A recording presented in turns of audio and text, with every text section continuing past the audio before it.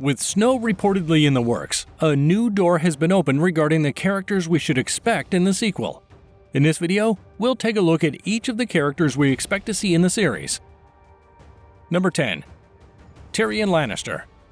Jon and Tyrion quickly become friends in Game of Thrones Season 1. Though they won't see each other again until Season 7, their relationship is essential towards the end of the series. They were all good men who wanted to help each other and to atone for their mistakes. Tyrion serves as the king's arm, and Jon is in exile but in peace. Their relationship and backgrounds are so similar that they will surely meet again. Number 9. Sansa Stark. Sansa later becomes Queen of the North, which feels like a natural and well-deserved high point in her story. Sansa wants the independent North to have ties to North beyond the Wall. She and Jon love each other, but they have had problems. Disagreements over North versus North beyond the Wall may be the source of conflict between Jon and Sansa in the series. Number 7. Tormund Giantsbane. The Game of Thrones finale ends with Jon traveling north across the Wall with Tormund Giantsbane and other surviving free folks. Tormund became Jon's loyal friend and ally and was always by Jon's side until the end of the series. In fact, Tormund waited at Black Castle and waited to go home with the other free people until Jon arrived at Black Castle. Any subsequent story with Jon must include Tormund. It will also be fascinating to see their friendship develop and know what brought them together. Number 6. Drogon. Drogon and Jon have been bonded before, with Drogon trusting Jon trusts anyone other than Daenerys. However, after Daenerys' death and Drogon burning the Iron Throne, Drogon flew away.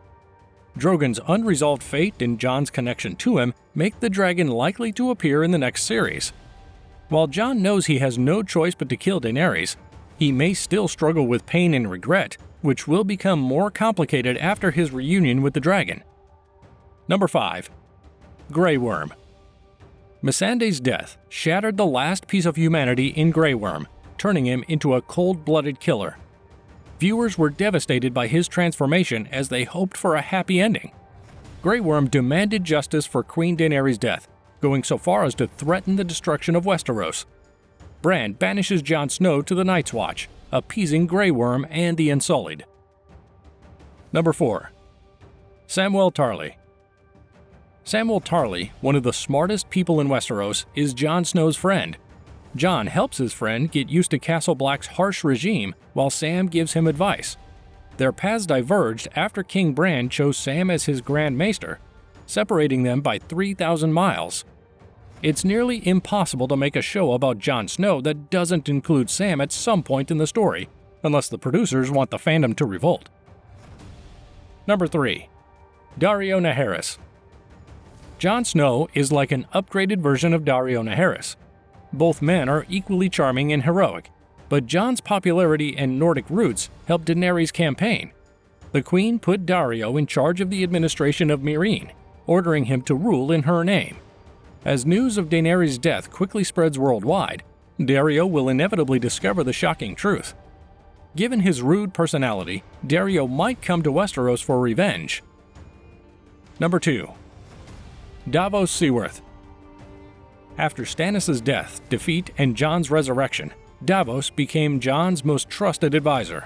He helped rally the houses of the North, such as House Mormont, in the war against House Bolton, fought alongside Jon in the Battle of the Bastards, and accompanied Jon to Dragonstone to help convince Daenerys to join the war against the undead army of House Bolton.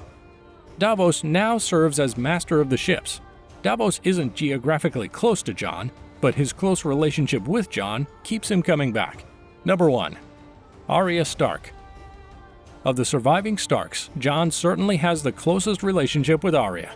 Navigating uncharted territory means she's far from Jon.